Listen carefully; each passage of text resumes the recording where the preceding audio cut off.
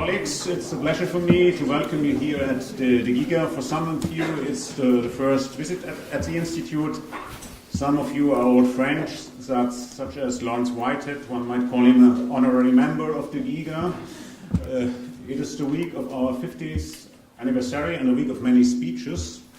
So I will make it quite short. I had another speech in the morning, so this time other people should speak. We are now more than 100 researchers here at the GIGA, including doctoral students. Our trademark are the comparative area studies with expertise on Africa, Asia, Latin America, and the Middle East. In his introduction, Andreas Mehler will say more about how comparative area studies are defined and practiced at the GIGA. I can say the topic of the conference fits this research strategy quite well. We are very proud to have such an outstanding international group of researchers here with us. I would like to thank my colleagues Andreas Mehler and Leslie Wehner for planning and organizing this conference, as well as Steffi Stöbesand, Wilma Willers, Marlene Danne, Anna Wobis, and Gabi Tetzlaff of our staff. And I would also like to thank the Federal Ministry of Economic Cooperation and Development, which funded and made possible this conference.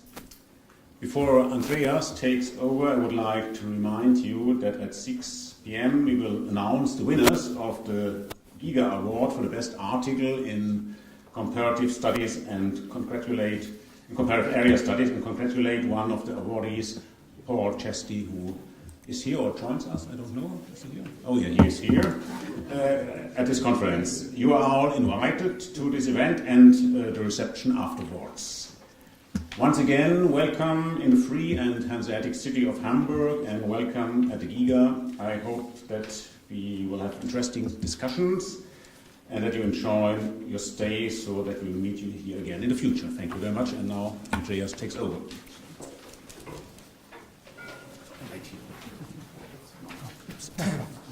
Yeah, thank you, Detlef.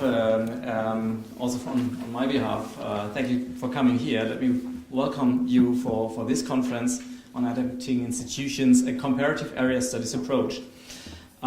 We are extremely happy to have you all here, prestigious scholars who all find an interest in digging deeper, confronting general theories with empirical realities, plus investing into the development of new concepts. And this will make this conference, I am confident, different from so many others, where you are either stuck in very detailed accounts of single cases, something we frequently face in area studies conferences, or lofty statements and generalizations on a global level, leaving no room for context specificity.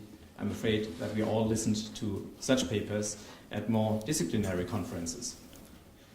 So most of you will know that at GIGA we are doing ourselves, but also try to promote more widely what we call comparative area studies, and we distinguish interregional, cross-regional, and intra-regional comparisons for that matter.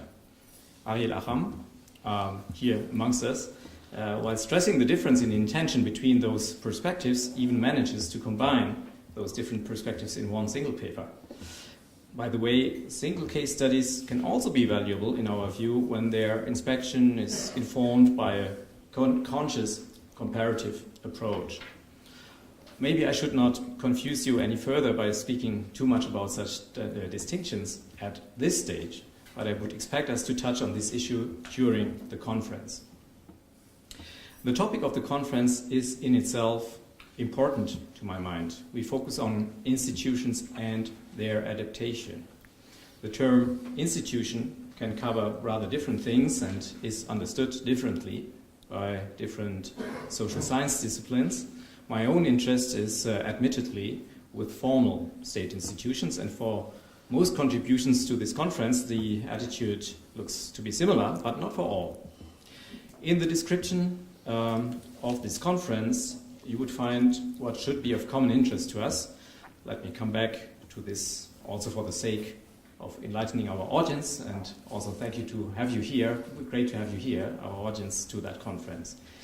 We were assuming that institutions need to be adapted to particular factors and actors in order to fulfill their intended functions, and that those are at variance across the globe.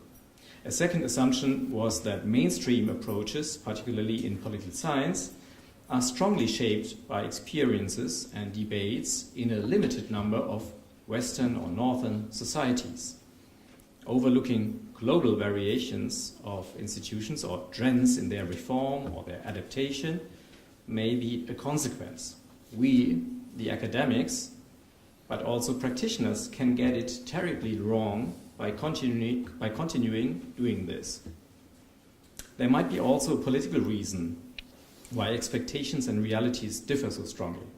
Actors from the global south tend to resist the homogenizing attempts by the North or the UN system to come to globally isomorph institutions.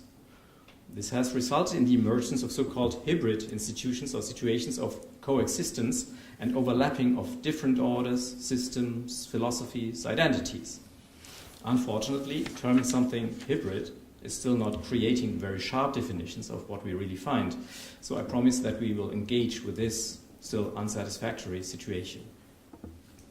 Let me state that all contributions seem to speak very well to our expectation. We will see that cross-regional comparison permits to do both, finding maybe unexpected commonalities between areas, but still also strong distinctiveness, something which may lead us to conclude on area-bounded generalization.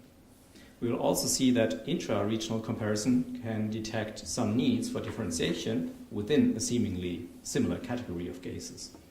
So far, and without disclosing too much on the presentations we will hear. Now I want to draw your attention to some special features of this conference. First, we will have this evening, as mentioned by Detlef, an award-winning ceremony. The first ever Comparative Area Studies Award will be handed over to one of the authors of the winning article.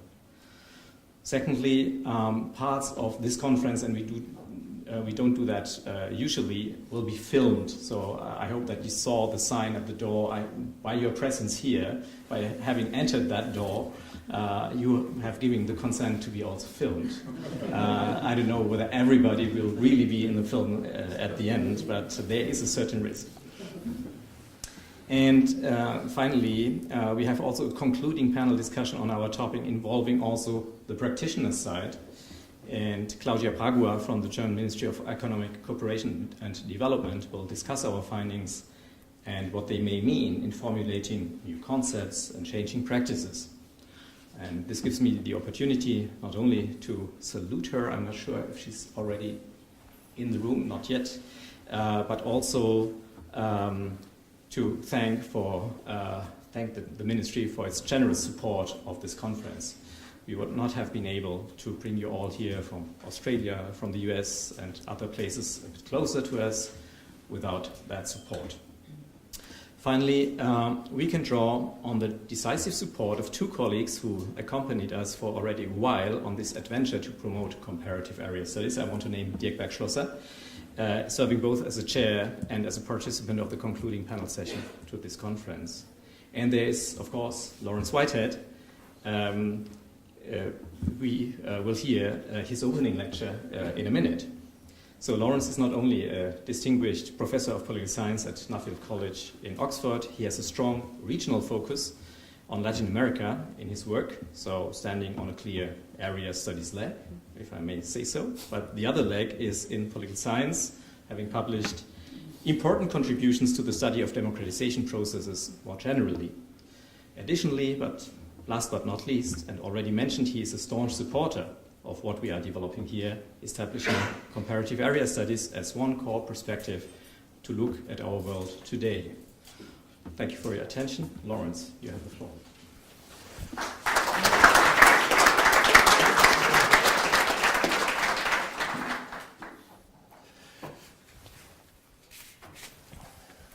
So, it's all being filmed. The main thing I have to worry about is have I combed my hair. It's actually a great pleasure to be here, and Andreas Mehler has just set the stage. He's more than set the stage, he's stolen a few of my lines, in fact. My purpose is to provide an opening starting point for this discussion. There are a whole series of excellent papers that you want to get round to debating, so my starting point shouldn't claim to define in advance all the answers in a pre-cooked manner. It's to some extent more highlighting some key questions, which we can come back to in the closing section tomorrow afternoon. And I suppose the key thing which I want to emphasize, and which the conference is obviously doing and which Andreas has already highlighted, is the benefits for us all, no matter whether we come from universalist political science or from a particular area of studies or indeed a anthropological or ethnographic point of view, the benefits that we all can gain from being more methodologically aware. I think that's really, in a sense, what this whole project is about. It's reminding people to set out as clearly as they can what the assumptions are they're working with, what the appropriate methods are for the problems that they have chosen, if you're doing particularly global-based area studies. So it's really how to develop and promote the GIGA agenda in the 50th anniversary of GIGA, to a point where the agenda's already been quite nicely developed, but where you could be on the brink of doing a great deal more and having a great deal larger impact. There is, after all, outside our community, a lot of misconceptions that we could help to dispel. I've got a short period of time, and I've got 4 headings to talk about. The first is the toolkit idea. What methods should we use? Is there a single right method that everybody must be regimented and schooled in, and then the only thing they should do after that is work within the canons of that methodological approach? That's one possibility. Or, and I think more appropriate for the kind of tasks that we're dealing with, do we not need to be open to a toolkit of alternative methods, parallel, mutually supportive where possible, but also methods each of which test and probe the strengths and limitations of the other approaches. And if we're going to say there isn't just one right method, but there are several overlapping methods, what criteria are we going to use for judging which methods are appropriate for which problems? Well, there are undoubtedly some problems for which comparative area studies is not needed. Universal social science generalizations or empirical observations based on large N databases, for example, will do all that you need. We shouldn't pretend that there are no such things. Insofar as those exist, we need to, those of us who are doing comparative area studies, need to be very well informed about those findings, need to take them seriously, and need to include them in our own approaches. However, there are other methods in addition to that which may be appropriate, and they may be appropriate depending on the nature of the problem under inquiry. So, for some purposes, some important purposes, more qualitative and contextual comparative work may be capable of adding a great deal of depth of understanding and introducing critical, not only new nuances, but modified theories for reinforcing the kind of work done by the universalists. And there are lots of reasons why